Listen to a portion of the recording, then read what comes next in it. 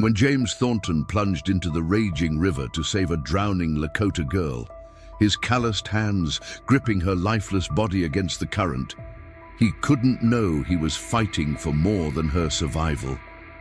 By dawn, the grief-hollowed cowboy would stand before Chief Standing Bear as the first white man ever offered the sacred honor of becoming true Lakota.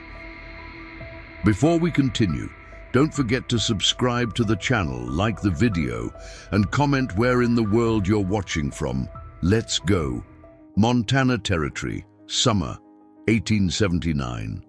The setting sun painted the vast Montana sky in strokes of amber and crimson, casting long shadows across the rugged landscape as James Thornton urged his weary horse forward. His weathered Stetson pulled low over deep-set blue eyes. He scanned the horizon with the wariness of a man who'd learned the hard way that beauty often concealed danger. The rolling plains stretched before him, an ocean of tall grass that whispered secrets to the wind. At 32, James wore his years like the faded cotton shirt on his back, threadbare in places, stained with memories he couldn't wash out. His tall frame remained strong, despite the hardships that had carved lines into his tanned face and threaded silver through his dark brown hair. Once, those lines had framed easy smiles. Now, they mapped a geography of loss. Just a bit further, Rusty, he murmured to the chestnut gelding, patting its neck with a calloused hand. "We'll find water soon enough." 3 years had passed since typhoid had swept through his small Kansas homestead, taking Sarah and their 2 young children in the span of a cruel week. James had buried them on a hillside overlooking their farm, planted wildflowers that would return each spring, then sold the land that held nothing but ghosts. Since then, he'd drifted westward, taking work where he could find it, breaking horses, driving cattle, hunting game for mining camps, carrying all he owned in his saddlebags and the weight of his grief on his shoulders. The sound of rushing water drew his attention, and he guided Rusty toward a grove of cottonwoods that promised shade and rest. As he approached, he noted the small tendrils of smoke rising above the tree line. Not a settler's cabin. The smoke was too dispersed, likely from multiple fires. His hand instinctively moved to the Winchester rifle secured to his saddle. The Lakota settlements in this territory were mostly peaceful now, relegated to the reservation lands farther north. Still, bands sometimes traveled through their ancestral hunting grounds, particularly during summer moons. James had no quarrel with the native peoples, had even traded with them fairly during his travels, but caution had kept him alive this long. He dismounted at the edge of the trees, tethering Rusty to a low branch before moving forward on foot. The river came into view, wider than he'd expected, its current swift from recent mountain rains.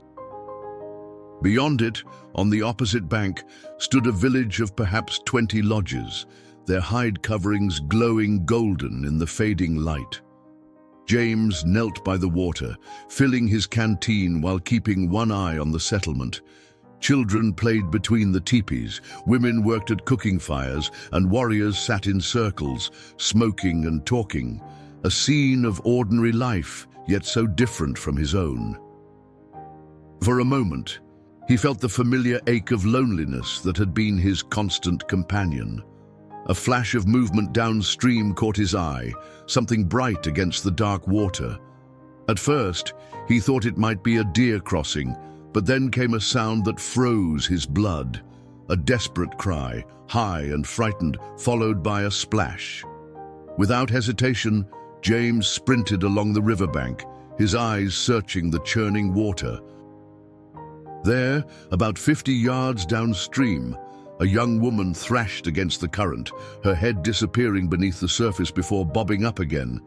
She was trying to reach the shore, but the swift water kept pulling her toward the center, where white rapids foamed over hidden rocks.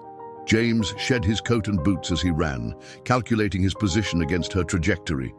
The girl's cries grew weaker, her struggles less coordinated.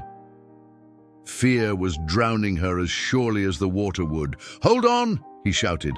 Though he doubted she could hear him over the river's roar, he plunged into the icy water, the shock of cold stealing his breath as the current immediately tugged at his legs. James was a strong swimmer, had learned in the creek behind his childhood home in Missouri. But this river was a wild thing, angry and relentless. He angled his body upstream, using powerful strokes to cut across the flow rather than fight directly against it. The girl had gone under again. When she surfaced, her movements were sluggish, her eyes wide with terror. James reached her just as she began to sink once more, his arm hooking around her waist as he pulled her close against him. "I've got you," he said, though she likely didn't understand his words. "Just hold on to me." Her fingers clutched at his shirt with surprising strength, her body trembling violently against his. James turned toward the nearest shore, the Lakota side, knowing they'd never make it back to where he'd started. The current pushed them further downstream, and he kicked hard, fighting for every inch toward the bank. His lungs burned, muscles screaming in protest as rocks scraped his legs. The girl had stopped struggling, becoming dead weight in his arms, her face pressed against his shoulder. For one terrible moment, James feared he was too late, that he was carrying a corpse to shore. Then he felt her breath, shallow but present, against his neck. Finally, his foot touched the riverbed. He staggered forward, half swimming, half walking, until the water reached only to his waist. Lifting the girl into his arms, he carried her the remaining distance to the shore and gently laid her on the grassy bank. She was young, 16 perhaps, with long black hair plastered against copper skin. Her doeskin dress, heavy with water, clung to her slender frame. Her eyes remained closed, but she coughed suddenly, water spilling from her mouth as her body convulsed with the effort to breathe. James turned her onto her side, supporting her as she expelled the river from her lungs in painful gasps. Across the water, shouts arose from the village. People were running toward the river, pointing in their direction. A canoe pushed off from the shore, paddled by strong arms racing toward them. "You're safe now," James said softly, brushing wet hair from her face. "Your people are coming." The girl's eyes fluttered open, dark and disoriented. She stared at him with incomprehension, then fear, trying weakly to pull away. "It's all right," he continued, keeping his voice gentle. "I won't hurt you." Her gaze held his for a long moment before understanding dawned. She had nearly drowned, and this stranger, this white man, had pulled her from the river. Her lips moved, forming words he couldn't understand, but her hand reached out to touch his arm in what seemed like gratitude. The canoe was drawing closer. James stood, water streaming from his clothes, and stepped back to show he meant no threat. Whatever happened next was in the hands of those approaching, and he prepared himself to face the consequence of crossing into their territory, even if it had been to save one of their own. The canoe reached the shore with swift, practiced strokes. Two warriors leapt out, their expressions a mixture of concern and suspicion. The elder of the two, a man with braids adorned with eagle feathers, approached first, his hand resting near the knife at his waist. He spoke rapidly to the girl, who responded weakly, her voice barely audible over the river's constant song. James stood perfectly still, hands visible at his sides. He'd encountered enough native peoples to know that sudden movements could be misinterpreted, especially when a daughter of the tribe lay vulnerable at a stranger's feet. Water dripped from his clothes, forming small pools in the mud beneath him. The younger warrior circled behind James, bow half drawn, while the elder knelt beside the girl. After examining her briefly, he looked up at James with eyes that missed nothing, assessing the white man who had entered their territory and now stood before them, soaking wet and unarmed. To James's surprise, the warrior extended his hand. "Pilamaya," he said, the word heavy with meaning even if James didn't understand the language. She was caught in the current, James explained, accepting the handshake. I was just across the river when I saw her struggling. The warrior nodded slowly, seeming to grasp the situation if not the exact words. He tapped his chest. Akacheta. Then he gestured to the girl. Wachiwi. Finally, he pointed toward the village and made a beckoning motion. James hesitated. Crossing into native territory was one thing when saving a drowning girl. Accepting an invitation to their settlement was another matter entirely. He glanced back across the river to where Rusty remained tethered, then at the shivering Wachiwi being helped into the canoe. My horse, he said, pointing. Akacheta seemed to understand. He spoke to the younger warrior, who nodded and disappeared into the trees, presumably to circle back and retrieve Rusty from the other bank. With little choice but to trust these strangers, James climbed into the canoe. The craft wobbled slightly under his weight before Akacheta steadied it with practiced ease. Wachiwi sat huddled at the bow, her arms wrapped around herself, watching James with wide, curious eyes. As they crossed the river, James noted more people gathering along the opposite shore. Word of the incident had clearly spread quickly through the camp. A tall figure stood at the center of the assembly, a man whose very posture commanded respect. Even from a distance, the elaborate headdress and the way others deferred to him made his position clear. The chief, James thought, feeling a flutter of apprehension. He'd heard stories of white men who had violated tribal boundaries, intentionally or not. Some had been welcomed, others had never been seen again. When the canoe touched the shore, the crowd parted to allow the chief forward. He was older than James had expected, perhaps in his 50s, with a face mapped by experience and deep-set eyes that held wisdom and wariness in equal measure. The eagle feathers in his headdress swayed gently in the evening breeze. Akacheta helped Wachiwi from the canoe, speaking rapidly to the chief. The girl, though still weak, straightened her posture in her father's presence and added her own words, gesturing once toward James and then toward the treacherous part of the river where she had nearly perished. The chief listened without interruption, his gaze never leaving James, who had climbed from the canoe and now stood dripping on the shore. When Wachiwi finished speaking, a tense silence fell over the gathering. James met the chief's stare steadily, neither challenging nor submissive. Finally, the chief stepped forward. I am Standing Bear, he said in clear, if accented, English.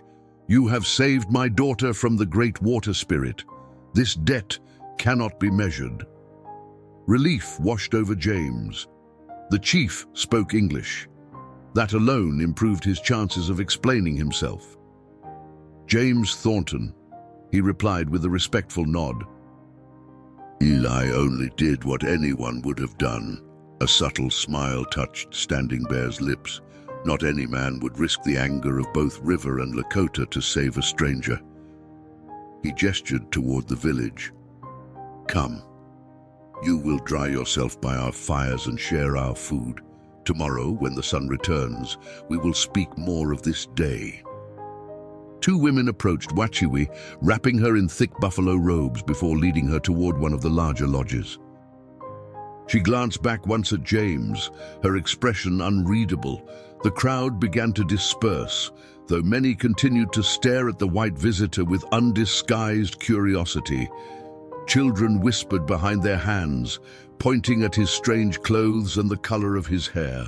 Your belongings will be brought, Standing Bear assured him, noticing James's gaze drifting back toward the far shore.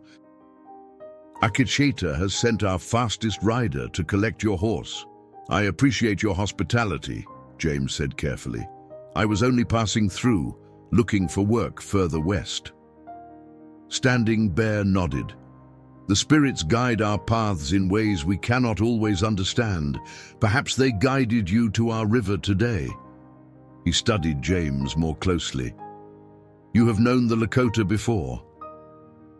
"I've traded with different tribes. Mostly Pawnee and some Cheyenne, further south." James omitted mentioning the times he'd served as a scout for the army years ago. Such details seemed unwise to share. "Then you know our ways are not your ways," Standing Bear said, his tone neutral. "But tonight, you are honored guest. Tomorrow." He left the sentence unfinished, a subtle reminder that James's status beyond this night remained undetermined. As they walked toward the center of the village, James felt dozens of eyes tracking his movement. The sun had nearly disappeared now, replaced by the orange glow of cooking fires that dotted the settlement. The aroma of roasting meat filled the air, reminding him that he hadn't eaten since dawn. Standing Bear led him to a large teepee near the center of the village. Unlike the others, this one was decorated with elaborate paintings, buffalo hunts, battles, and symbols James didn't recognize. The chief's lodge, undoubtedly. "You will stay here tonight," Standing Bear said, gesturing to a smaller teepee nearby. "Rest, heal from the river's bite. Food will be brought to you."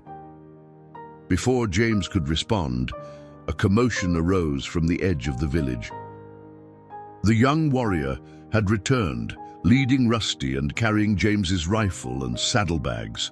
The horse seemed uneasy among the unfamiliar smells and sounds, but followed obediently. Standing Bear watched as James approached his horse, speaking softly to calm the animal. Something in the chief's expression shifted, a flicker of approval, perhaps, at the gentle way the white man handled his mount. "Your possessions will remain yours," Standing Bear said. "This is the law of hospitality." James nodded gratefully, understanding what was being offered. Safety, at least for tonight. As darkness settled fully over the Lakota village, he couldn't help but wonder what the morning would bring and what it would mean for his solitary journey across the vast Montana wilderness. Dawn broke over the Lakota village, pale light filtering through the smoke hole of James's borrowed lodge. He had slept fitfully, his dreams filled with rushing water and reaching hands. The buffalo hide beneath him was softer than the hard ground he'd grown accustomed to, yet sleep had remained elusive, his senses alert to every unfamiliar sound. The distant howl of wolves, the gentle flapping of teepee covers in the night breeze, the soft chanting that had continued well into the darkness. James sat up, wincing at the stiffness in his muscles. The river's punishment lingered in every movement. His clothes, dried near the small fire that had been provided, felt rough against his skin, but they were better than the borrowed buckskins that had been offered, a kindness he'd politely declined, preferring the familiarity of his own garments despite their discomfort. Outside, the village was already stirring. Women moved between lodges, tending to morning fires. Children emerged, sleepy-eyed but quickly animated, chasing one another through the dewy grass. Warriors gathered in small groups, their voices low as they cast occasional glances toward the stranger's teepee. James stepped outside, squinting against the morning light. The air was crisp, carrying the mingled scents of wood smoke, cooking food, and horses.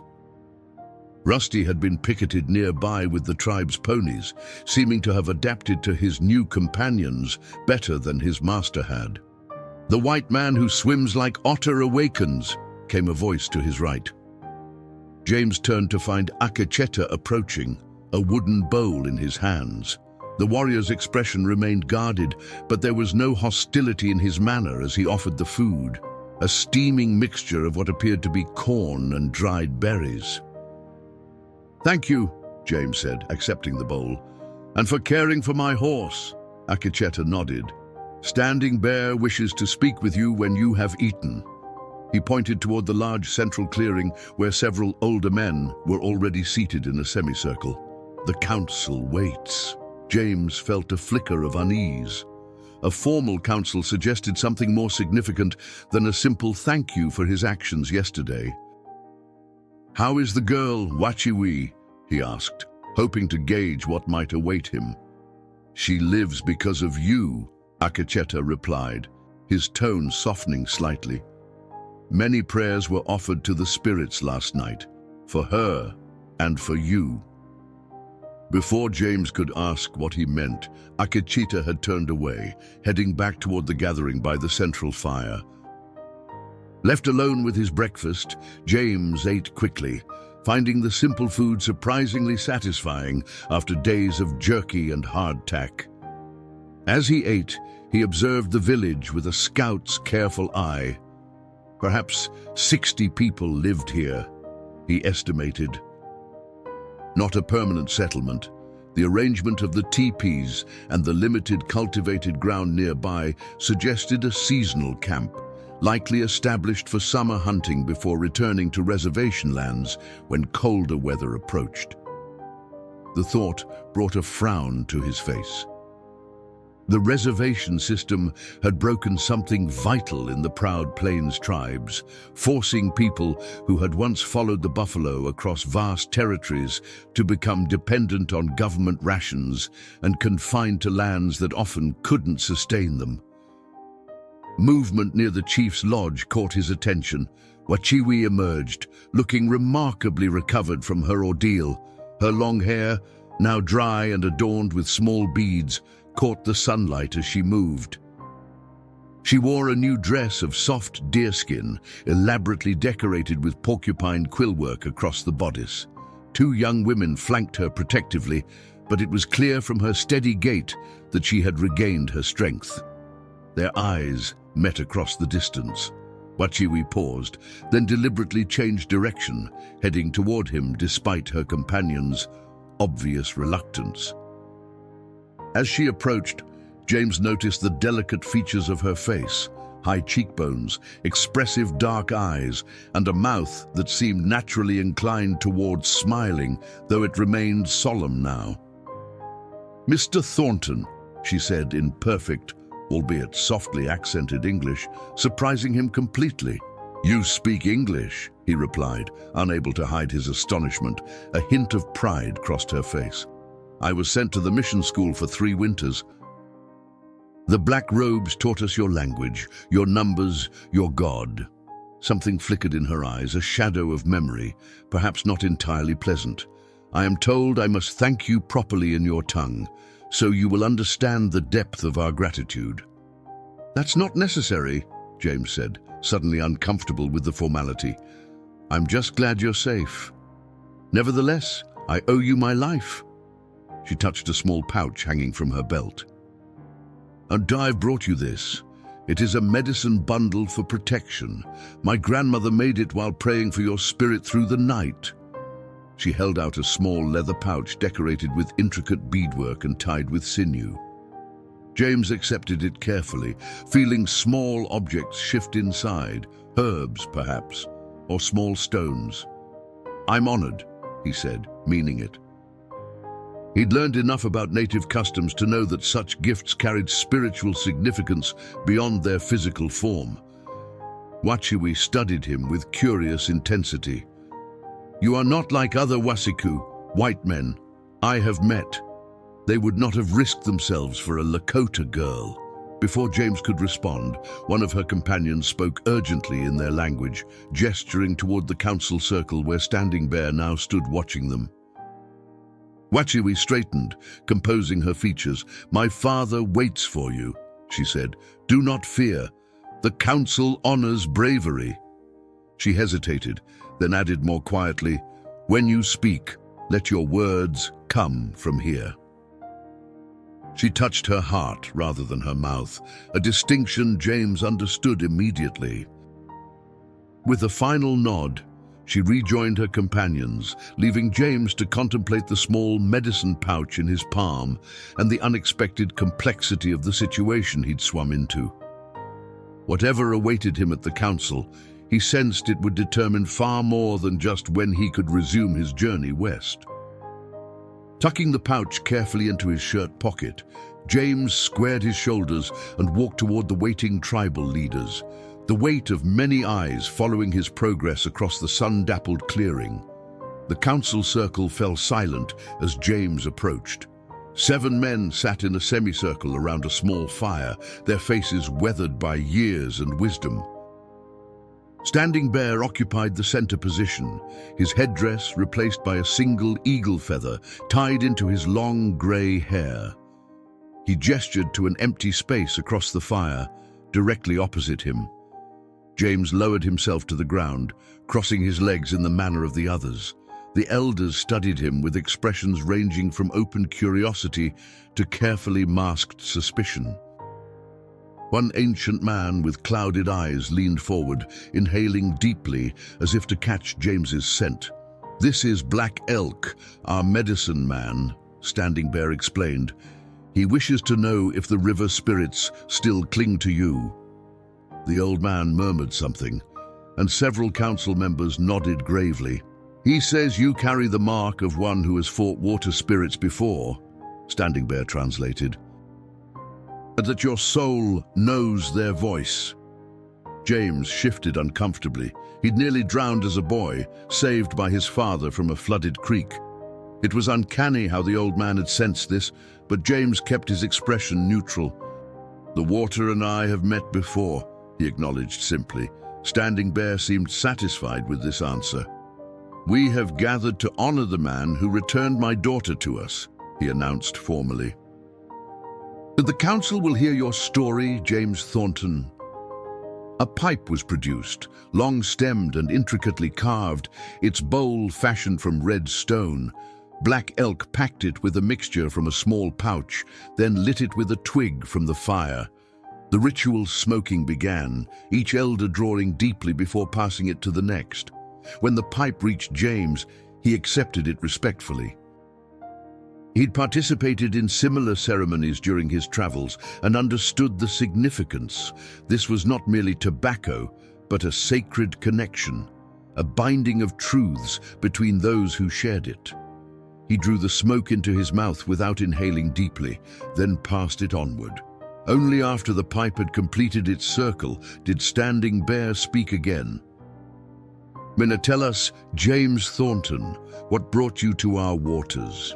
James chose his words carefully, aware that honesty would be valued above all. "I've been traveling for nearly 3 years, Chief Standing Bear. I lost my family to sickness back east. Since then, I've had no home, just the trail ahead." He described his journey westward, his work as a horse trainer and occasional scout, how he'd been heading to the Montana goldfields, where he'd heard miners needed experienced men. As he spoke, he noted the subtle reactions of the council, the nods of understanding at his mention of loss, the tightening of an elder's jaw when he mentioned briefly working for the army. "I meant no trespass when I crossed onto your hunting grounds," James concluded. "I was simply seeking the quickest path through the mountains." Standing Bear considered this. "The path you found led you to save my daughter. Perhaps the spirits guided your steps."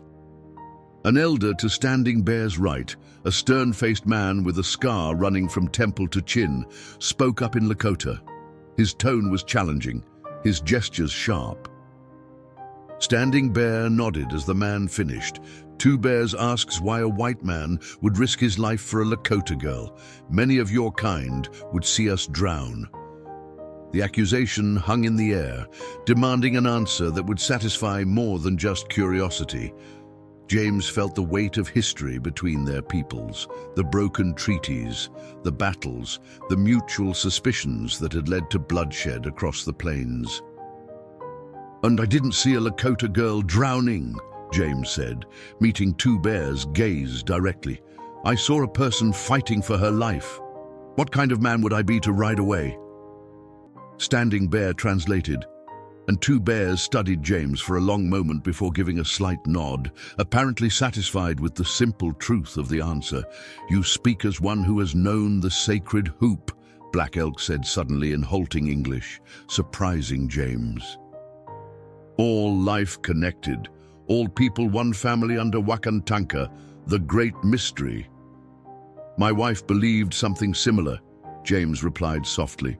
She taught me that how we treat others is who we truly are. This seemed to please the medicine man, who smiled, revealing few remaining teeth. He spoke at length in Lakota, gesturing occasionally toward James, his milky eyes somehow still penetrating. When he finished, Standing Bear explained, "Black Elk has had a vision about you. He says you stand between two worlds, not fully in either one. He sees a man who has lost his place in the circle but may find it again." James wasn't sure how to respond to this mystical assessment. It struck uncomfortably close to the emptiness he'd carried since burying his family. "Until the council has decided," Standing Bear announced after conferring briefly with the others, "you will stay with us for 7 days as our honored guest. This will allow Wachiwi to properly honor the debt she owes you, and for us to learn if Black Elk's vision speaks true." 7 days. James hadn't planned on staying anywhere that long. Yet something in Standing Bear's tone suggested this was not merely an invitation, but a gentle command, one that would be unwise to refuse. "I'm grateful for your hospitality," James said carefully, "but I have little to offer in return." Standing Bear's expression softened. "You have already given us the most precious gift, my daughter's life. Now, perhaps, you will share your knowledge of horses. Ikecheta tells me your stallion is exceptionally well trained." It was a diplomatic way of putting him to work while keeping him under observation, James realized. Still, working with horses was far preferable to being sent away, or worse. "I'd be happy to help with your horses," he agreed. Standing Bear rose, signaling the council's end. "Then it is settled. For 7 days, you are Lakota guest." After that, he paused, studying James with those perceptive eyes. "After that, we shall see what path the spirits reveal." As the council dispersed, James noticed Wachiwi watching from the edge of the clearing, her expression a mixture of relief and something else, something that looked almost like hope. By the 3rd day of James's stay with the Lakota, a rhythm had established itself in his unusual circumstances. Each morning began with a simple meal shared with Akacheta, who had been assigned as his guide, or perhaps his watcher. Then came work with the tribe's horses until midday, followed by a communal meal, and afternoons spent either continuing with the horses or helping with whatever tasks needed an extra pair of hands. Today, James stood in a circular enclosure fashioned from branches and rawhide rope, his attention focused on a spirited pinto mare that trotted nervously around the perimeter. A small audience had gathered, mostly young men eager to learn his methods, but also Wachiwi, who had taken to observing him with quiet intensity whenever her duties permitted. "She's afraid," James explained to Akacheta, who translated for the others. "Not of people, exactly, but of being trapped. Someone tried to break her the wrong way." He demonstrated his approach, keeping his movements slow and deliberate, never directly approaching the mare, but allowing her to circle while he remained a calm presence in the center. Gradually, almost imperceptibly, he decreased the distance between them, speaking in a low, soothing voice that seemed to reach something in the animal's wild heart. "But you must become the still water," he said, "not the rushing river. Let her come to you." When the mare finally lowered her head and took a hesitant step toward him, a murmur of appreciation rippled through the onlookers. James offered his open palm, letting the horse catch his scent. Another step, and then her velvety nose was pressing against his hand, her dark eyes regarding him with cautious trust. "That's it," he murmured. "That's the beginning." Akacheta nodded approvingly. "You speak their language, like our old ones did, before guns made us forget how to listen." Coming from the stoic warrior, this was high praise indeed. Over the past days, a grudging respect had formed between the two men. built on shared skills rather than words. James had learned that Akecheta had fought at Little Bighorn 3 years earlier, had witnessed the last great victory of his people before the tightening noose of reservation life had changed everything. As the young men took turns practicing James's techniques with varying degrees of success, Wachiwi approached the fence. She wore her hair in 2 long braids today, a red ribbon woven through one of them. The bruises from her river ordeal had faded, leaving only a small cut above her left eyebrow as a reminder. "My father says you have gentle hands but a strong spirit," she said, watching as the pinto mare followed James around the enclosure without a lead rope. "He says this is rare among men of any color." James smoothed his hand along the horse's neck. "My father taught me that force breaks, but never truly tames." That's true of horses and people alike. Wachiwi considered this, her head tilted slightly. "Is that why you left your people? Because they tried to force rather than understand?" The question caught him off guard. He hadn't spoken much about his past, yet somehow she had intuited something essential about his solitary existence. "I left because there was nothing to stay for," he answered honestly. "My wife, my children, they were my only true home." Compassion softened her features. "And now you wander like fallen leaf on water." "Something like that," he acknowledged, uncomfortable with how accurately she had read him. He changed the subject. "Will you show me those medicinal plants you mentioned yesterday, the ones for treating horse wounds?" Wachiwi nodded, seemingly understanding his need to step away from painful memories. "After the evening meal, the best ones grow near the river bend." As the day progressed, James found himself drawn more deeply into the daily life of the village. He helped repair a damaged teepee cover, laughed at the antics of children who had made a game of mimicking his every movement, and listened as an elder recounted stories of buffalo hunts from days when vast herds still darkened the plains. What struck him most was the sense of cohesion. Every person, from the smallest child to the most venerated elder, had their place and purpose. It was so different from the fractured, competitive world of white settlements, where a man could live next door to others for years and remain a stranger. Evening brought the promised walk with Wachiwi to gather medicinal plants. Akecheta followed at a discreet distance, close enough to observe, but far enough to allow conversation. The summer sun hung low on the horizon, painting the landscape in warm gold and lengthening shadows across the gentle slopes. "This is yarrow," Wachiwi explained, kneeling to gather white-flowered plants with feathery leaves. "Obisa, we use it to stop bleeding and clean wounds." She demonstrated how to identify the plant, her slender fingers working deftly to collect just what was needed without depleting the patch. James knelt beside her, careful to follow her example. "My wife grew herbs behind our cabin," he said, the memory surfacing unexpectedly. "She called them her green doctors." Wachiwi smiled at this. "She was wise, your wife." "The plants speak to those who listen," she handed him a stem of yarrow. "Feel how the leaves are both soft and strong at once.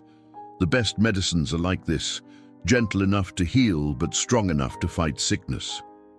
As they worked their way along the riverbank, gathering various plants that Wachiwi carefully named and explained, James found himself relaxing in a way he hadn't for years. The constant vigilance required for a man traveling alone through wilderness had eased, replaced by something approaching peace. "Why did you risk the river?" he asked suddenly. That day, the current was too strong for swimming. Wachiwi's hands stilled over a clump of wild mint. For a moment, he thought she might not answer. When she did, her voice was quiet but clear. "I saw a child's doll floating past." Little Whitebird's favorite, made by her grandmother who has gone to the spirit world. I thought I could reach it. She shook her head. Foolish. The water spirits are jealous. They do not give back what they claim. Except you, James said softly. They gave you back. Wachiwi met his gaze, the fading sunlight catching the depths of her dark eyes. Because you demanded it of them. She touched the medicine pouch he now wore at his belt. And now you carry protection against their anger. Something passed between them in that moment, a connection that transcended their different worlds. Then Akacheta cleared his throat, reminding them of his presence, and the moment dissolved like mist in morning sun. On the fifth day, dark clouds gathered on the western horizon, bringing with them a heaviness that pressed upon the village like an unseen hand. The air grew still, birds fell silent, and even the children seemed subdued as they played their games in the shadow of approaching weather. James stood at the edge of the settlement, watching the storm build as Standing Bear approached to stand beside him. "The thunder beings gather," the chief said, his eyes on the darkening sky. "They bring needed rain, but sometimes anger as well." James nodded, recognizing the practical wisdom beneath the spiritual language. "Looks to be a strong one. Might be wise to secure anything that could blow away." Standing Bear studied him for a moment. "You have lived close to the earth. You read the sky as we do." "Necessity teaches hard lessons," James replied. "A man alone on the plains learns to watch the clouds or dies foolish." This earned a small smile from the chief. "Walk with me," he said. "Not a request, but not quite a command either. There are things we should speak of before the storm arrives." They followed a path that wound along the outskirts of the village, past women hastening to collect drying meat and men reinforcing teepee stakes against the coming wind. Standing Bear walked with unhurried dignity despite his age, his gaze taking in every detail of his people's preparations. "You have won respect these past days," the chief said after they had walked in silence for some time. "Even Two Bears admits your way with horses shows a man of patience, not just skill." "High praise," James acknowledged, having witnessed the warrior's continuing skepticism firsthand. "And though I suspect he'd still prefer I leave sooner rather than later. Two Bears has buried 3 sons in battles against the Wasiku," Standing Bear said matter-of-factly. "His heart carries many wounds that may never heal." James absorbed this in silence, understanding now the depth of the man's resistance. No wonder trust came so reluctantly. They reached a small rise overlooking both the village and the river beyond. Standing Bear lowered himself to sit on a flat stone, gesturing for James to join him. Below, James could see Wachiwi helping a group of women gather their washing from lines strung between trees. She moved with a natural grace that drew his eye, her laughter carrying faintly on the still air as she said something to a younger girl. "My daughter speaks of you often," Standing Bear said, following James's gaze. There was no accusation in his tone, merely observation. "She says you carry sadness like a hidden wound, yet still find kindness for others." James shifted uncomfortably, unsure how to respond to such directness. "She sees clearly for one so young."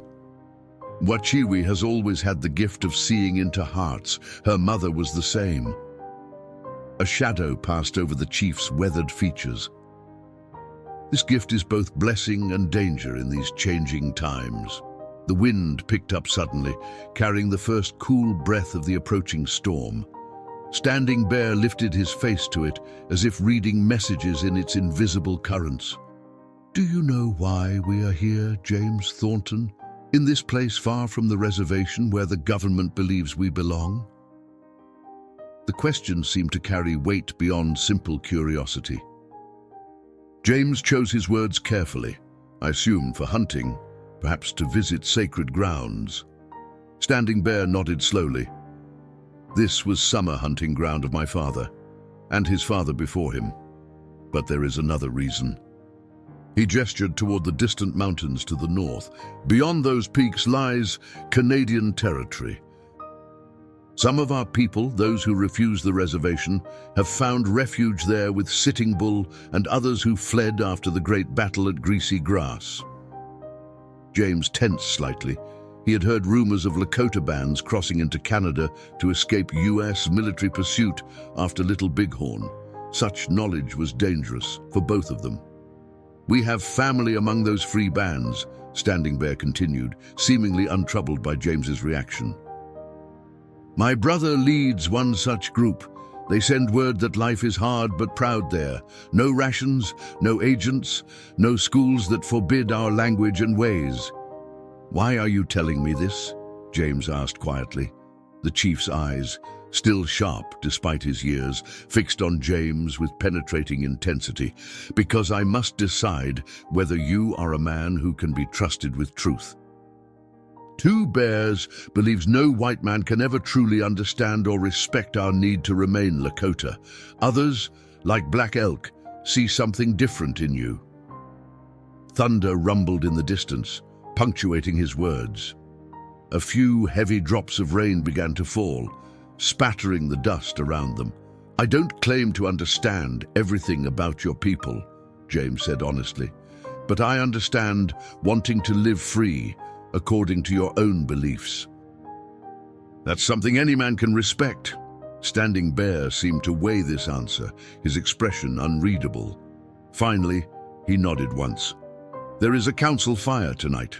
The storm will pass quickly. You will join us, not as observer but as participant. This is unusual, but these are unusual times." The rain began to fall more steadily now, yet neither man moved to seek shelter. The water soaked into James's shirt, plastering it against his skin, but Standing Bear appeared impervious to the downpour, as solid and immovable as the stone beneath him. "I am honored," James said, sensing the significance of the invitation. "Do not answer yet," Standing Bear cautioned. "First, understand what this means. To sit in council is to become responsible, to carry the weight of knowledge and decision. Once given voice among us, you cannot return to ignorance." The implications were clear. James would be privy to tribal matters that could put him at odds with his own kind, knowledge that might someday demand he choose sides. It was a test of sorts, but also an extraordinary gesture of trust. Before James could respond, a shout rose from the village below. A rider approached at breakneck speed, his pony lathered despite the cooling rain. As they watched, the young man reined in sharply at the edge of the camp, nearly tumbling from his mount in his haste to deliver what was clearly urgent news. Standing Bear rose in one fluid motion, his face hardening into a mask of authority. "Come," he said, "I fear our peaceful days have ended." As they hurried back toward the commotion, James caught sight of Wachiwi running toward her father's lodge, her expression tense. She spotted him and changed direction briefly, closing the distance between them with quick steps. "Soldiers," she said breathlessly, water streaming down her face from the increasing rainfall. "A patrol, camped less than half a day's ride from here." The hunting party saw them. James felt a cold that had nothing to do with the rain seeping into his bones. U.S. Cavalry in these parts could mean many things, none of them good for a Lakota band camped outside their designated reservation lands. Wachiwi's eyes searched his, uncertainty clouding their depths for the first time since he'd known her. "My father believes in you," she said, her voice barely audible above the storm. But others will now question where your loyalties truly lie." With that, she turned and ran to join her father, leaving James standing in the downpour, the weight of impending choices pressing upon him as heavily as the storm clouds overhead. The storm passed as quickly as Standing Bear had predicted, leaving behind a cleansed world glistening with raindrops and the fresh scent of wet earth. But the tension in the village remained, thick and suffocating, as warriors gathered around Standing Bear's lodge, while women quietly prepared for the possibility of flight, packing essential items and readying travois for the elderly and young. James stood at the edge of the gathering, keenly aware of the suspicious glances cast his way. The news of cavalry nearby had transformed his status in an instant, from honored guest to potential threat. Two Bears had been particularly vocal, his Lakota words sharp and accusatory, though James needed no translation to understand their meaning. Akacheta emerged from the chief's lodge, his expression grave as he approached James. "Standing Bear asks for you," he said, his usual stoicism giving nothing away. Inside, the air was heavy with pipe smoke and tension. Standing Bear sat at the center, flanked by Black Elk and other council members. Their faces were grim in the dim light filtering through the smoke hole above. "Sit!" Standing Bear commanded, gesturing to the space directly across from him. James lowered himself to the ground, feeling the weight of every eye upon him. Wachiwi was present as well, seated slightly behind her father, her face carefully composed, though her hands twisted nervously in her lap. "The soldiers camp at Wolf Creek," Standing Bear began without preamble. 20 men, led by a lieutenant. They have Crow scouts with them. James nodded, absorbing this information. A small patrol, likely not searching specifically for this band, but dangerous nonetheless if they discovered Lakota hunting outside reservation boundaries. Two Bears believes you should be bound until the danger passes. Standing Bear continued, his tone neutral. "Aguthas suggest your presence might be useful." The implication was clear. James might serve as intermediary or, in the worst case, hostage. Neither option particularly appealed to him. "What do you believe, Chief?" James asked directly. Standing Bear's weathered face revealed nothing. "I believe a man shows his true nature when faced with difficult choices." He leaned forward slightly. "You have lived among us for 5 days. You have eaten our food, learned our ways, gained some measure of our trust. Now I ask you plainly, if those soldiers discover us, where will you stand?" The lodge fell silent, save for the occasional crackle of the small fire. Every man present waited for his answer, and James knew his next words would determine not only his fate, but possibly that of the entire village. "I've no love for the army," he said carefully. "And I served briefly as a scout years ago, but what I saw of how they treated your people didn't sit right with me." He met Standing Bear's unwavering gaze. "I won't betray those who've shown me hospitality and trust, but neither will I raise a weapon against men who are following orders, misguided as those orders may be." Two Bears snorted derisively, muttering something that needed no translation. James continued, undeterred. "And there may be another way. If the patrol is just passing through, they need never know you're here. If they are actively searching, perhaps they can be misdirected." Standing Bear's eyes narrowed slightly. "Explain." "I could meet them on the trail," James suggested. "A white man traveling alone draws no suspicion. I could learn their purpose and, if necessary, point them away from your camp." A murmur ran through the assembled men. Wachiwi leaned forward, her expression a mixture of concern and something else. Pride, perhaps. "This is dangerous for you," Standing Bear observed. "If they discover your deception," James gave a small, humorless smile, "then I'd face the same fate as any of you. But they've no reason to distrust a fellow white man, especially one with legitimate business in these parts."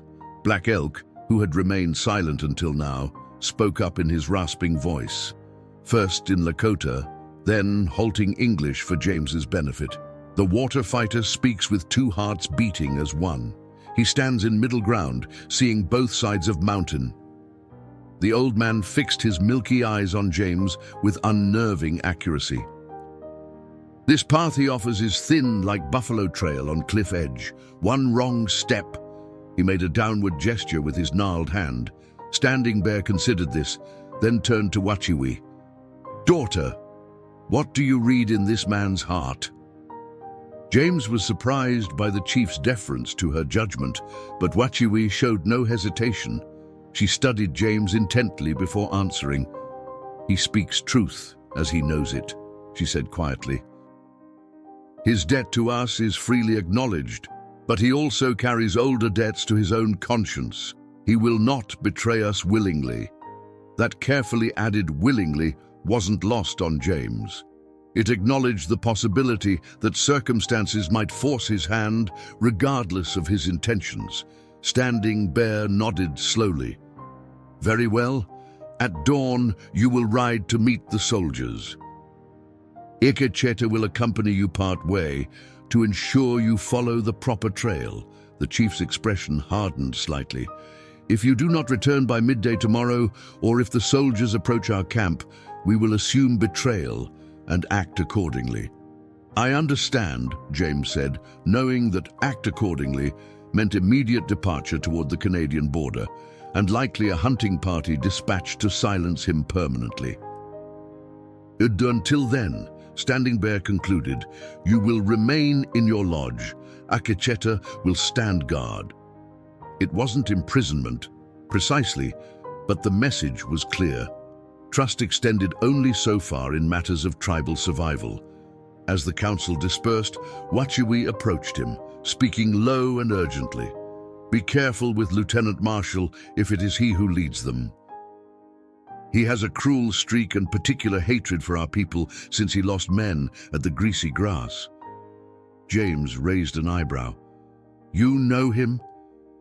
A shadow crossed her face. He visited the mission school often. He inspected the students' progress. The way she said it, coupled with the brief flash of remembered fear in her eyes, told James everything he needed to know. I'll remember, he promised, resisting the sudden urge to touch her hand in reassurance. Wachiwi glanced toward where Ikecheta waited to escort James back to his lodge. Whatever happens, she said, her voice barely above a whisper, know that you have earned a place in the stories of my people. The man who fought the river will not be forgotten. The words carried the weight of farewell, and James felt something twist inside his chest, a sensation he'd thought long buried with Sarah and the children. Before he could respond, two bears approached, saying something sharp to Wachiwi that caused her to step back, though her eyes remained locked with James's for a moment longer. As Ikecheta led him across the twilit camp, James noted the preparations continuing with quiet efficiency, horses being gathered, essential supplies packed, scouts positioned on nearby hills. The Lakota were ready to vanish into the vastness of the territory at a moment's notice, leaving nothing but cold ashes and trampled grass to mark their passing. Inside his lodge, James sat cross-legged on his sleeping hides, the small medicine pouch Wachiwi had given him held loosely in his palm.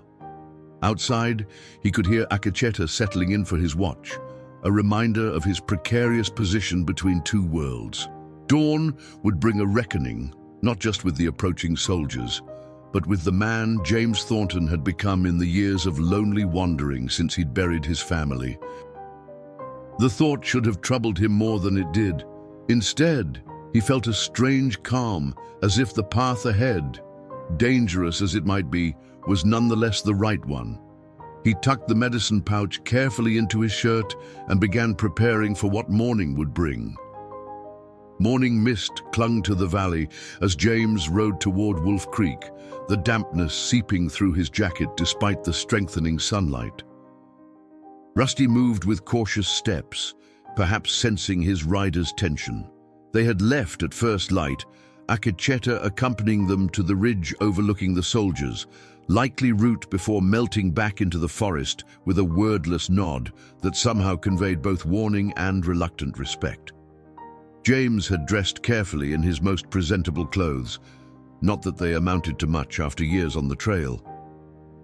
His beard was trimmed, his hair combed back with water, his manner practiced to project the confident ease of a man with nothing to hide. The story he'd crafted was simple enough: a horse trainer heading to Fort Benton, taking a shortcut through the high country. Close enough to his original plans to ring true, with details he could support if questioned. The medicine pouch remained tucked beneath his shirt, a constant reminder of what and who he was protecting. His Winchester rode in its scabbard, loaded but not threatening, a normal precaution for a man traveling alone. He heard the patrol before he saw them, the distinctive rhythm of cavalry horses moving at a steady trot, the jingle of equipment, the occasional cough or command. James guided Rusty to a small clearing beside the trail and dismounted, busying himself with adjusting his saddle cinch as the soldiers came into view around the bend. The lieutenant led the column, sitting straight-backed on a tall bay gelding. Behind him rode 20 troopers in formation, dust-covered and trail-weary but alert.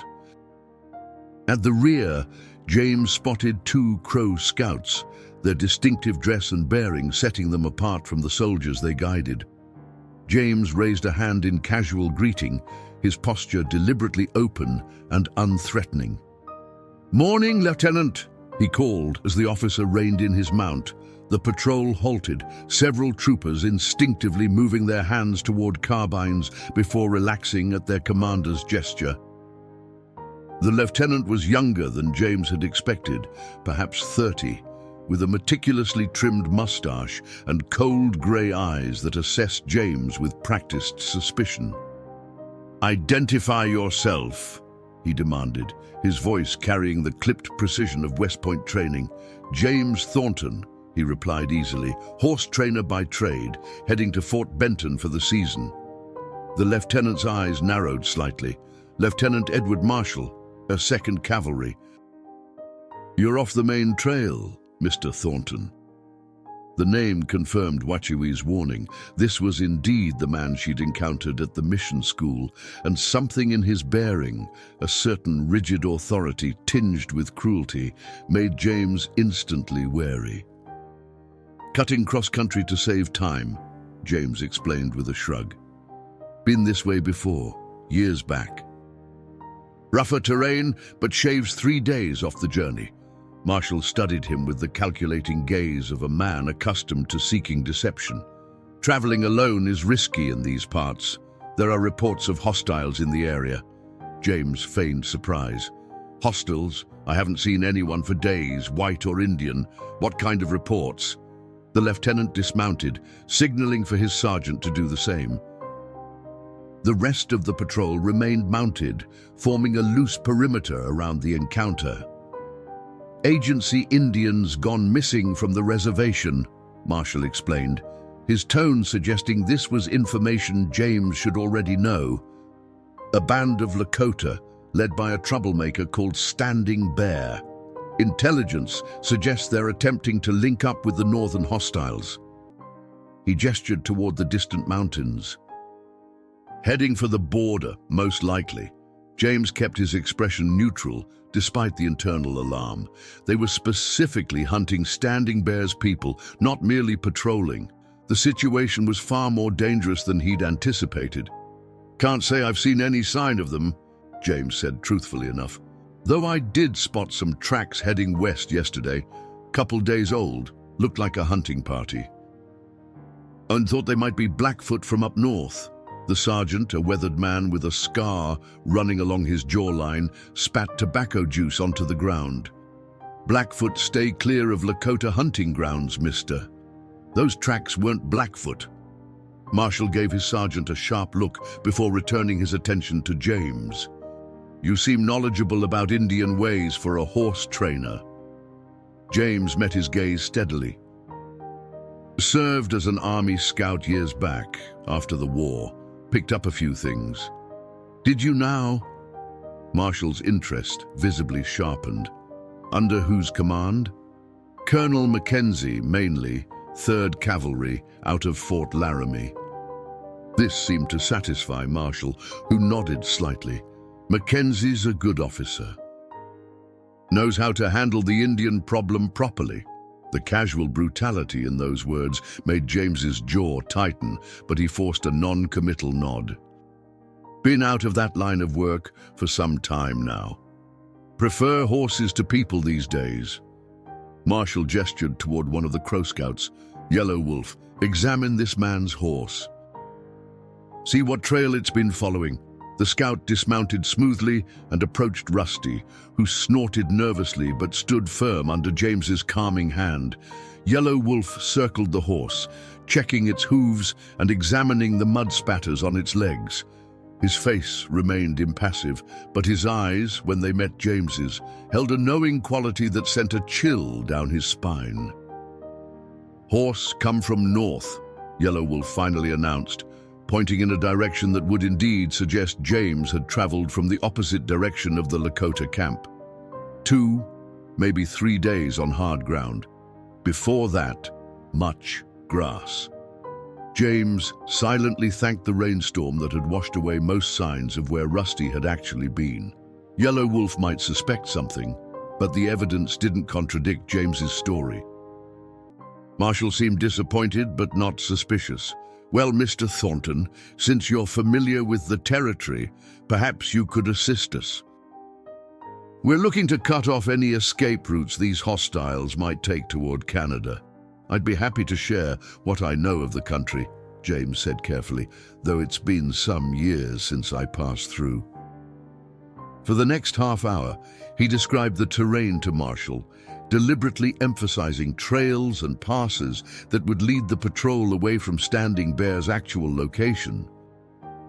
He suggested a route that would take them northwest, a reasonable direction if one were truly hunting Lakota heading for the border, but one that would give the village ample time to move if necessary.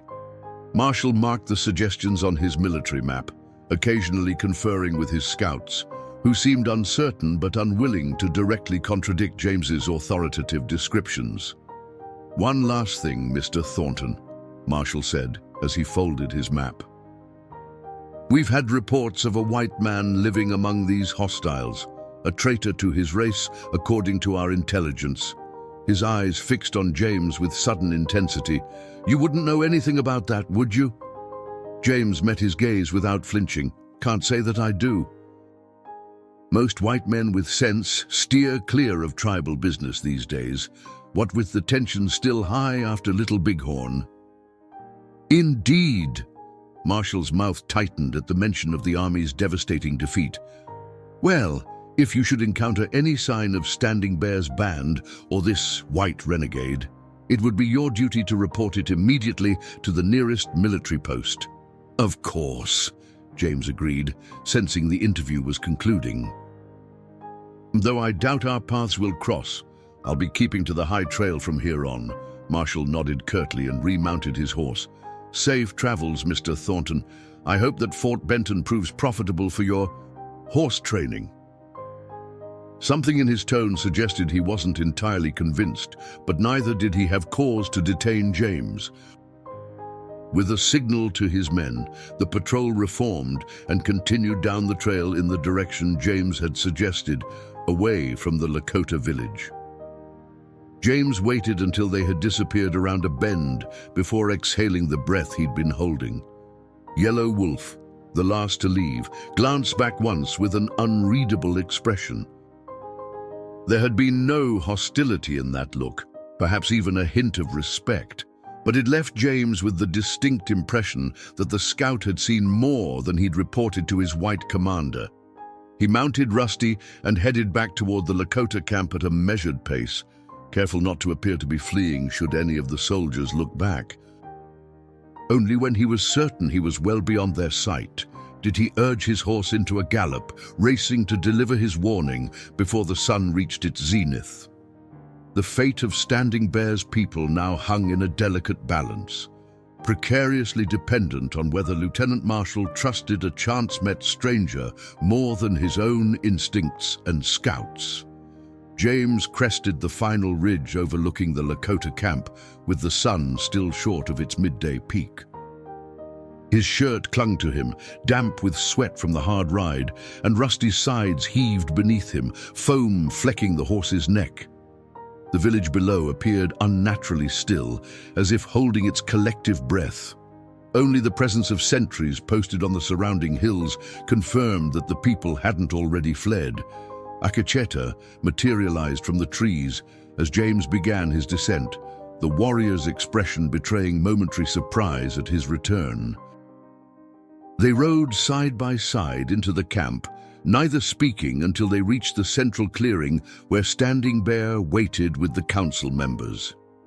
The chief's face revealed nothing as James dismounted, though his eyes noted the rider's safe return before the appointed deadline.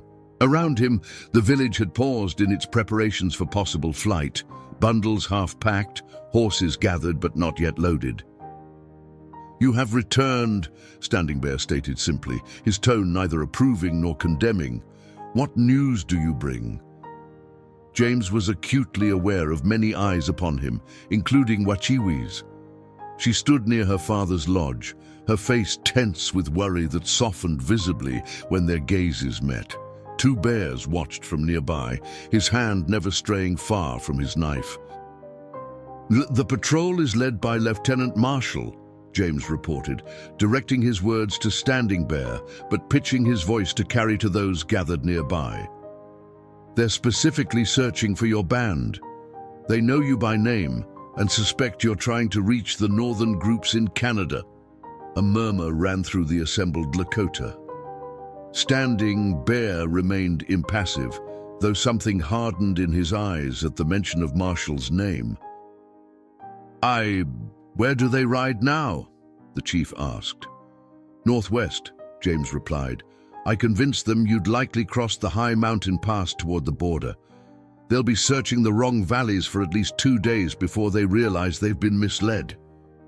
Two Bears stepped forward, his voice sharp with suspicion, as he addressed Standing Bear rather than James. The warrior's Lakota came too rapidly for James to catch more than a few words, but the meaning was clear enough: doubt about James's truthfulness, concern about betrayal. Standing Bear listened without interruption, then raised a hand to silence his warrior.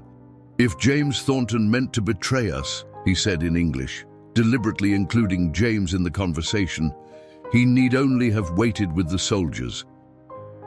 They would have followed him here." The simple logic of this seemed to register even with Two Bears, who frowned but stepped back. "There's more," James continued. "They have Crow scouts with them, one called Yellow Wolf, who I believe suspected something but chose not to share his doubts with Marshall." He described the encounter in detail, omitting nothing, including the scout's puzzling final glance. Black Elk, who had been listening silently, suddenly spoke up. "Yellow Wolf is grandson of Nightwalker, who made peace with Lakota long ago. Old blood promises still hold meaning to some." The medicine man nodded slowly. He saw truth, but kept silent. "This is good sign." Standing Bear considered this information, his weathered face revealing the weight of the decision before him. Around them, the village waited, poised between flight and continuance. "You have kept faith with us," the chief finally declared, addressing James directly. "The council will now decide our path." He gestured toward his lodge. "Join us. You have earned your place in this circle."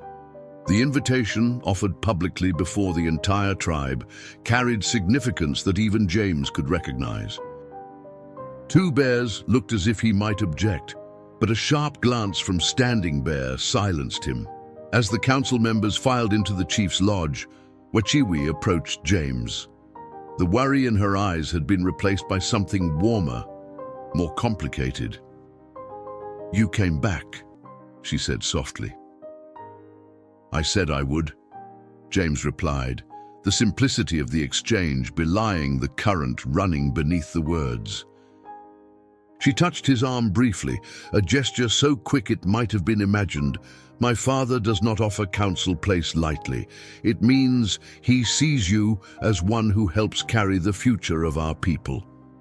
Before James could respond, she turned away to help a group of women who had resumed their normal activities now that immediate flight seemed unnecessary. He watched her for a moment, struck by how naturally she moved between duties, daughter of a chief, yet willing to work alongside the humblest members of the tribe. Inside Standing Bear's lodge, the air was thick with pipe smoke and tension.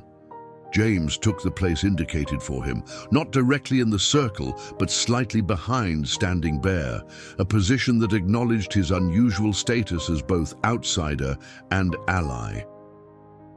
The council's deliberations were conducted primarily in Lakota, with Standing Bear occasionally translating key points for James's benefit. The debate centered not on whether to leave, that seemed already decided, but on when and how. Some, like Two Bears, advocated immediate departure toward the Canadian border. Others suggested breaking into smaller groups to travel more discreetly, reuniting later at a predetermined location. "Marshall will not give up easily," James offered when asked his opinion. "He has the determination of a man with something to prove, but his supplies are limited, and he can't stray too far from his assigned patrol route without questions from his superiors." Standing Bear translated this, adding something that caused several council members to nod thoughtfully. "We will leave tomorrow at dawn," the chief finally announced after much discussion. "No, tonight. We will hold the ceremony that was interrupted by the soldiers coming. It is fitting that we renew our connection to the spirits before undertaking this journey."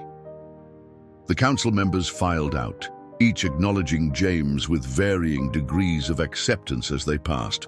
Only Two Bears maintained his stony reserve, though even his hostility seemed tempered by grudging recognition of James's chosen allegiance. Standing Bear remained seated, gesturing for James to stay as well. When they were alone, the chief studied him with eyes that seemed to look beyond surface appearances to something deeper. "You chose a dangerous path today," Standing Bear observed. "Lieutenant Marshall is not a forgiving man. If he discovers your deception, your life would be forfeit." James shrugged slightly. "And some things are worth the risk." "Indeed." Standing Bear's expression softened almost imperceptibly.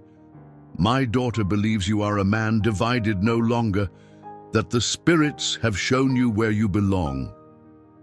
The statement hung in the air between them, neither question nor accusation, but somehow demanding response nonetheless. "I'm not sure I know where I belong anymore," James admitted, "but I know what feels right and what doesn't. Betraying people who've shown me trust and hospitality doesn't sit right with me, no matter what color their skin might be." Standing Bear nodded slowly. "A simple truth, yet one many of your kind seem unable to grasp." He reached for a wooden box beside him, opening it to reveal a pipe more elaborately carved than the one used in council. "This was my father's pipe, and his father's before him. Tonight, when we gather for ceremony, you will sit not behind but beside me. This is not offered lightly." James recognized the profound honor being extended.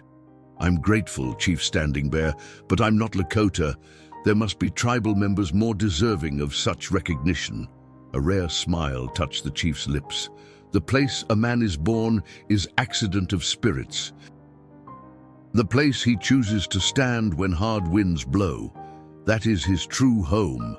Standing Bear rose, signaling the end of their private conversation. "Consider carefully what you truly seek, James Thornton. Tonight, the spirits will be listening." Outside, the village had returned to its normal rhythms, though with an undercurrent of purpose as preparations continued for the journey ahead. James found himself helping load travois with supplies that would be needed on the trail north, familiar work that nonetheless felt different now that he did it not as guest, but as what? Not quite one of them, yet no longer simply a stranger passing through. As evening approached, he noticed Wachui working with several women to prepare a feast of sorts, their movements efficient, despite the knowledge that they would leave much of their camp behind come morning.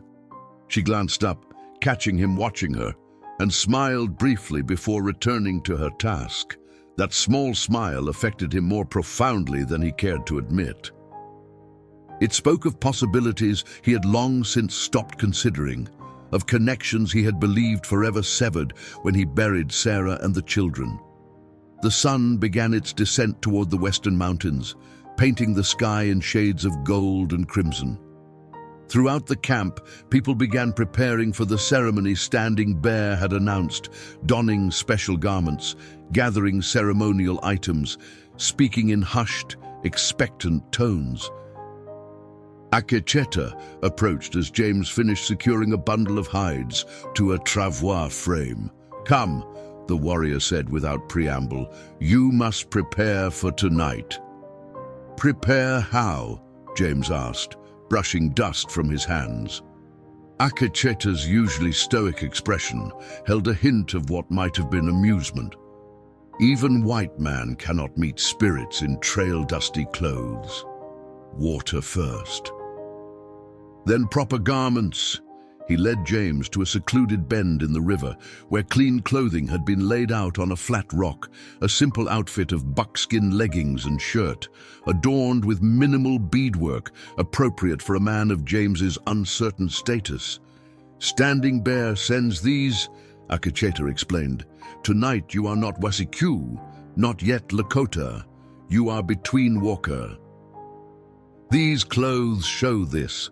As the warrior left him to bathe and change, James felt the weight of the moment settle upon him. Whatever happened at the ceremony tonight would mark a turning point, not just for his relationship with the Lakota, but for the direction of his own unsettled life. The choice before him was becoming increasingly clear, even as its implications grew more complex. Firelight danced across the faces of the gathered Lakota, casting shifting shadows that seemed to blur the boundary between the physical world and the spirit realm beyond. The entire tribe had assembled in a wide circle around the central fire. Their expressions solemn yet expectant. Children sat quietly beside their parents, unusually subdued as if sensing the gravity of the occasion. Even the night creatures had fallen silent, as though the forest itself paused to witness what would unfold. James stood at the edge of the gathering, the unfamiliar weight of the buckskin garments resting against his skin. Akecheta had helped him prepare, explaining in his sparse way the significance of each element of the ceremony to come. Now the warrior stood beside him, a steady presence in this sea of uncertainty. "It begins," Akecheta murmured, as Black Elk emerged from Standing Bear's lodge, carrying a smoldering bundle of sage that filled the night air with its sharp, cleansing scent. The old medicine man moved slowly around the circle, using an eagle feather to waft the purifying smoke over each person present. When he reached James, he paused longer, his clouded eyes somehow finding James's with unerring accuracy as he spoke words too soft for others to hear. "The spirits circle you like curious children, water fighter. They see what you cannot yet see." Before James could respond, Black Elk had moved on, completing his circuit and returning to stand before the fire. The drumming began then, a heartbeat rhythm that seemed to emerge from the earth itself, growing steadily in intensity until James could feel it resonating in his chest. Standing Bear appeared, resplendent in full ceremonial regalia. His headdress of eagle feathers cascaded down his back, and his chest bore elaborate painted symbols that gleamed in the firelight. In his hands, he carried a staff unlike any James had seen before, taller than a man, intricately carved with figures of animals and spirits, adorned with feathers, beads, and what appeared to be locks of hair bound with sinew at intervals along its length. The chief raised the staff, and the drumming ceased instantly, leaving a silence so complete that James could hear the soft crackle of the flames. We gather beneath Grandfather Sky and upon Grandmother Earth, Standing Bear began, his voice carrying clearly to all assembled. Tomorrow we journey north to join our relatives beyond the medicine line. We go not in fear but in strength, carrying our ways with us that they may continue. He spoke at length then, alternating between Lakota and English, a courtesy James recognized was meant partly for him. The chief recounted the history of his people, their connection to the land, the challenges they had faced since the coming of the Wasiku, and their determination to remain Lakota despite all attempts to change them. No, the old ones taught that in times of great change, the people must look to the sacred hoop. Standing Bear continued, all living things are connected within this circle. When the hoop is broken, suffering follows. When it is made whole again, healing begins. The chief's eyes found James among the gathered faces. The Wasiku brought much that broke our sacred hoop. But tonight, we are reminded that not all breaking is forever, and that healing can come from unexpected places. With a gesture from Standing Bear, Wachiwi stepped forward from her place in the circle. She wore a dress of white buckskin adorned with intricate quillwork in patterns James had not seen before. Her hair hung loose, save for two small braids at her temples tied with beaded leather thongs. Around her neck gleamed a pendant of polished abalone shell that caught and reflected the firelight. James's breath caught at the sight of her. She moved with ceremonial dignity, yet there was something in her eyes when they met his, a warmth that transcended the formality of the occasion. Wachiwi took her place beside her father and spoke in clear, measured tones. I stand before my people as one who walked the edge between worlds. The river spirits reached for me, hungry for my breath, eager to carry me to the shadowlands before my time. She touched the small scar above her eyebrow. But a stranger fought the waters. A man not of our blood risked himself without thought of reward or honor. Her gaze rested on James. Such actions speak louder than any words in any tongue. Standing Bear nodded. And among our people, when a life is saved, a bond is formed that cannot be broken. The one who gives life becomes responsible for the life preserved. The one whose life is saved owes a debt that can never truly be repaid, only acknowledged and honored. He gestured for James to step forward into the circle. A murmur ran through the assembly, not of protest but of recognition that they were witnessing something unprecedented. Even two bears, standing rigid across the fire, offered no objection, though his face remained carefully neutral. James moved forward slowly, guided by Akacheta, until he stood before Standing Bear and Wachiwi. The drumming resumed, softer now, a gentle undercurrent to the chief's words. James Thornton, Standing Bear intoned formally, you who fought the river for my daughter's life. You who stood between your people and mine when truth was demanded. You who chose a path of honor when easier roads were offered. He raised the ceremonial staff. The council has spoken. I have listened to their wisdom and to the voices of the spirits. Standing Bear planted the staff firmly in the earth before him. This staff has been carried by the leaders of my family for 7 generations. It holds the wisdom of the grandfathers, the strength of warriors past, the hopes of children yet unborn. He placed both hands upon it, his expression solemn yet tinged with something James might have called affection had it come from a less dignified source. No white man has ever been offered what I offer now, the chief continued. Not trade agreements, not peace treaties, not promises of protection. He released the staff, leaving it standing upright between them. I offer you place, family, belonging. James stood frozen, understanding dawning slowly as Standing Bear's words penetrated the roaring in his ears. Across the fire, he saw reactions ranging from shock to approval ripple through the assembled tribe. Wachiwi's face shone with quiet joy, and even Akacheta's stoic expression had softened into something approaching satisfaction. "You offer me adoption?" James asked, his voice rougher than he intended. Standing Bear nodded once. "To be counted among us, to be brother, not stranger, to help our people find path between old ways and new world."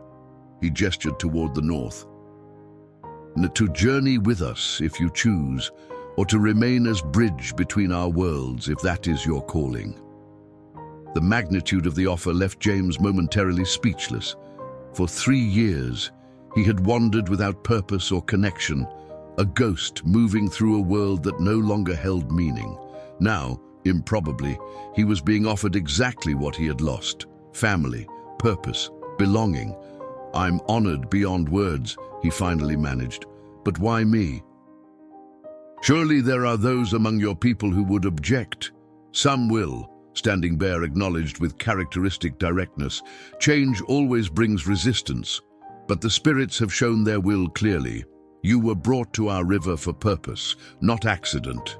Black Elk shuffled forward, his ancient hands reaching out to grasp James's wrist with surprising strength.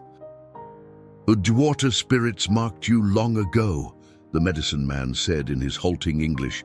"They knew someday you would fight them for one of our children." He nodded, as if confirming something only he could see. "Your path joins ours now. The circle heals a little." James looked from Black Elk to Standing Bear, and finally to Wachiwi, whose dark eyes held both question and hope. In that moment, the choice that had been forming in his heart crystallized into certainty. "I accept your offer," he said, his voice steady and clear. "I can't promise to understand all your ways or to always choose wisely between old and new. But I can promise to stand with your people with the same honor and respect you've shown me." A collective exhalation seemed to pass through the gathering, as if the entire tribe had been holding its breath. Standing Bear smiled, a full, genuine expression that transformed his austere features. "Then it shall be so," the chief proclaimed. He lifted the staff from the ground and, to James's astonishment, presented it to him. "Hold this while the people welcome you. It will not be yours to keep. Such authority must be earned over many winters. But tonight, you touch the heart of our history." The staff felt alive in James's hands, vibrating with the weight of generations and stories he might never fully comprehend. As he stood holding it, the tribe rose as one. Led by Standing Bear, they approached in order of status and relationship, each offering a word of welcome, a touch on the arm, or simply a nod of acknowledgement. Two Bears was among the last to approach. The warrior's face remained stern, but there was a new quality to his gaze as he studied James. "My sons died fighting your kind," he said in surprisingly clear English. "I cannot forget this." "I wouldn't ask you to," James replied honestly. Two Bears nodded. "But they would say a life saved deserves honor, so I will watch and wait. And perhaps someday I will call you brother without tasting ashes." He touched the staff briefly, then moved on without waiting for response. It was, James realized, the most acceptance he could reasonably hope for, and more meaningful in its painful honesty than empty words of welcome would have been. When the procession ended, Wachiwi approached. Unlike the others, she took both his hands in hers, caring nothing for the curious eyes watching them. "Now you are Lakota," she said softly. "The river that nearly took my life has given me something greater in return." "And what is that?" James asked, equally quietly. Her smile deepened. "Hope, for all of us." She released his hands and stepped back as her father returned to reclaim the staff. The ceremony continued late into the night.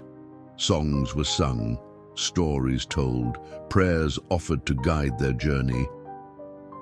James participated as best he could, following Akacheta's whispered instructions and feeling less an outsider with each passing hour. Much later, as the fire burned low and families began to retire to their lodges for a few hours, rest before the dawn departure, Standing Bear beckoned James to walk with him to the edge of the camp. They stood in companionable silence for a time, gazing at the star-filled sky. "The path ahead will not be easy," the chief finally said. "For any of us, the world changes quickly now, like river ice breaking in spring thaw." "I know," James acknowledged, "but for the first time in years, I'm not walking it alone." Standing Bear nodded, understanding more than James had actually said. "My daughter sees in you what I also see, a man who can stand in both worlds without losing himself in either." He placed a hand briefly on James's shoulder. "Such men are rare. Such men are needed." As they returned to the camp, James caught sight of Wachiwi waiting near his lodge. Standing Bear noticed as well and smiled slightly. "The spirits work in ways beyond our understanding," he observed before tactfully walking toward his own tipi. Wachiwi approached as James reached his lodge. "Tomorrow we begin new journey," she said, "for all of us." "Yes," he agreed, suddenly acutely aware of her nearness, of the subtle scent of sage and sweetgrass that clung to her hair. She reached up to touch his face lightly, her fingers warm against his cheek. "The river tried to take me, but instead it brought you to our people." To me, the simplicity of the statement carried more meaning than flowery declarations could have. "I'm glad I was there," James said softly, "though I suspect the river spirits merely hastened what was already written in the stars." Wachiwi smiled at that. "Perhaps sleep now. Tomorrow's trail is long." She turned to go, then paused. "Dreams will find you tonight, new brother. Listen to them. They speak truth when minds are quiet." James watched her walk away, her slender figure disappearing among the lodges. Brother, she had called him, yet the current flowing between them suggested a future where different names might apply. Time would reveal that path, as it revealed all things.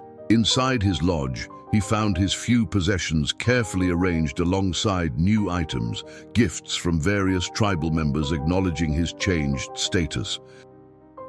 A beautifully tanned buffalo robe, a knife with a handle of carved antler, a small pouch of sacred tobacco. He touched each one, marveling at how quickly life could transform when one remained open to its possibilities. 3 years of emptiness and wandering had led him to this moment, to these people who had offered him not just acceptance, but family. Tomorrow, they would journey north together, facing whatever challenges lay ahead. But tonight, for the first time since he had buried his wife and children on that Kansas hillside, James Thornton would sleep with hope in his heart and the knowledge that he was, at long last, no longer adrift in a world without anchors. Outside, a wolf called from a distant ridge, a long, haunting sound that carried through the still night air. From somewhere in the village, another wolf voice answered, one of the tribe's sacred animals responding to its wild cousin. The exchange seemed fitting somehow, a conversation between separated worlds that were perhaps not as far apart as they appeared. James closed his eyes, the medicine pouch Wachiwi had given him clasped in his palm, and surrendered to dreams that waited to show him the path ahead.